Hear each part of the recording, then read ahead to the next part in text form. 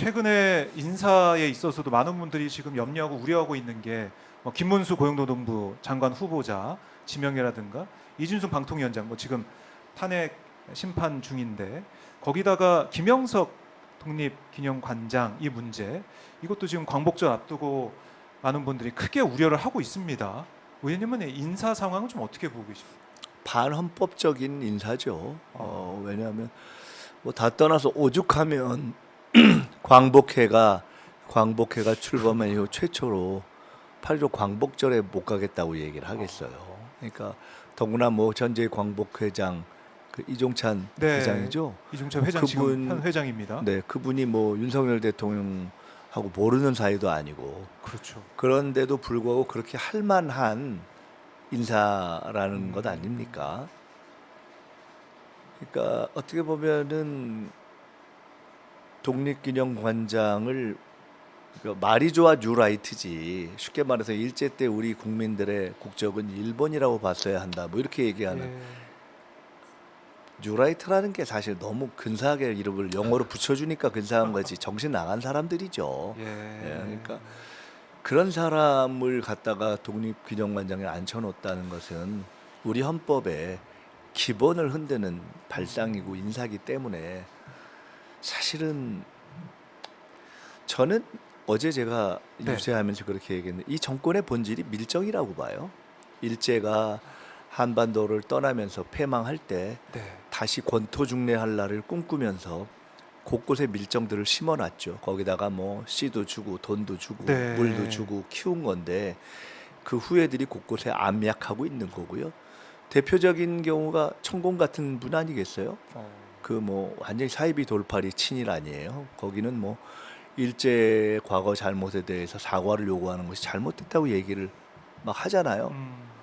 그 일본이 우리가 어려울 때 도와준 거에 대해서 우리가 미안하고 감사해야 된다는 이야기를 하고 그러니까 아주 잡소리인데 아주 그 원래 일본에 보면은 잡교들이 많이 있어요. 네. 일본에.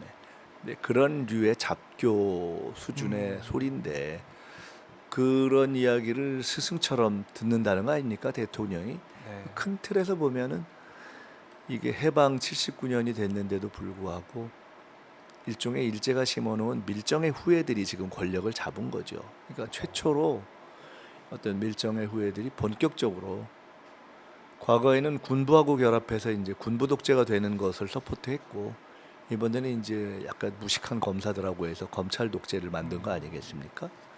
그것도 이제 1차 검찰 독재를 만들었다가 2차 검찰 독재를 만들려고 지금 또 이제 연명 작전을 펼치고 있는 것이고 네. 그래서 일종의 친일 회귀를 위한 불가역적 작업을 이 정권 내에 마치려고 한다. 전 이렇게 봅니다. 뭐 사실 예. 지금 각종 조치들이 그런 거 아니겠어요? 위안부 문제도 그렇고 네.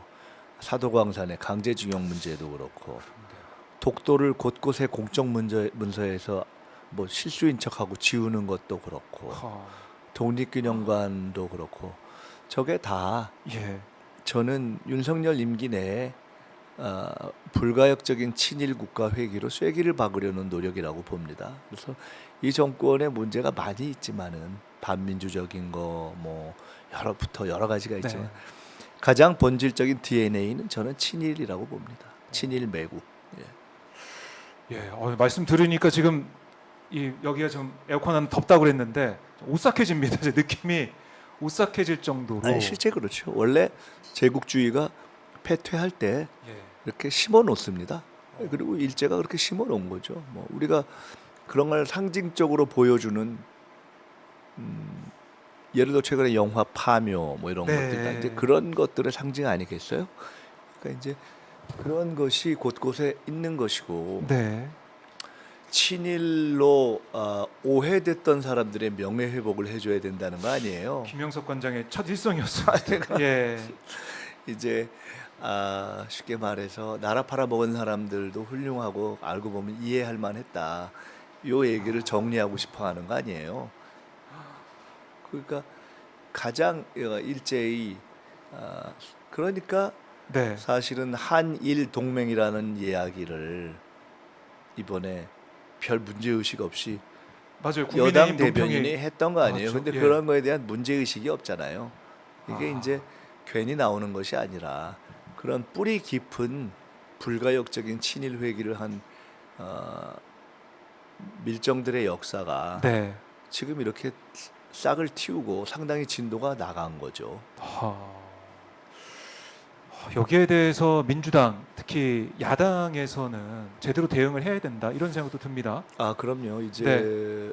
지금까지 이렇게 파편적으로 보였던 것들이 이제 그 본질을 보면서 이렇게 정리를 해갈 때가 됐다고 봅니다. 저는 실제로 그래서 대통령이 이제 천공 같은 사람하고 나는 이제 이야기도 안 듣고 만나지도 않는다고 선언도 하고 네.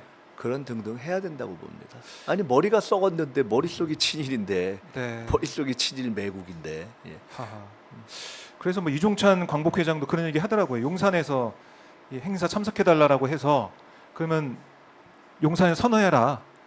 건국절 안 하겠다고 선언해라. 그러니까 이제 김형석 씨가 아나 뭐 건국절 추진은 안 할 거다 뭐 이렇게 얘기를 했다는데 그걸 읽어보니까 아니 지금 광복절이 건국절이다 뭐 이런 식으로 얘기를 하더라고요. 그래서 건국이 완성된 뭐 시점이 뭐 1948년이다 이렇게 얘기를 하던데 여기에 대한 국민들의 판단은 계속 내려지고 있을 것이고 민주당의 역할이 더 중요해 보인다 이런 생각이 들어요. 광복절을 앞두고 있는 상황에서 중요한 일이 계속해서 펼쳐지고 그러니까 있습니다. 저는 우리가 이제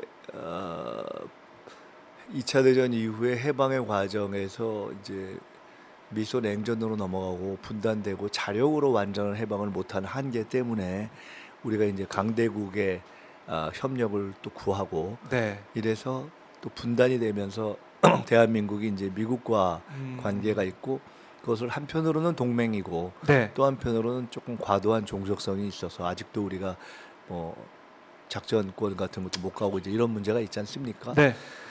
이제 그런 것이 쭉 지적이 되어 와서 가급적 수평적인 대외 관계를 갖는 것이 요구가 있었는데 윤석열 정권은 최초로 대미 어떤 종속보다는 대일 종속의 뿌리가 기본인 정권이라고 봅니다. 그러니까 저기는 기본적으로 진주만 옛날식으로 보면 진주만에서 미국하고 일본이 붙었으면 일본 편을 들었을 그런 정신 세계를 가지고 있는 그 뿌리가 이어진 것이다 이렇게 보고 있습니다. 알겠습니다. 이걸 좀 확실히 짚고 넘어가야 된다. 대응을 해야 된다라고 말씀해 주셨고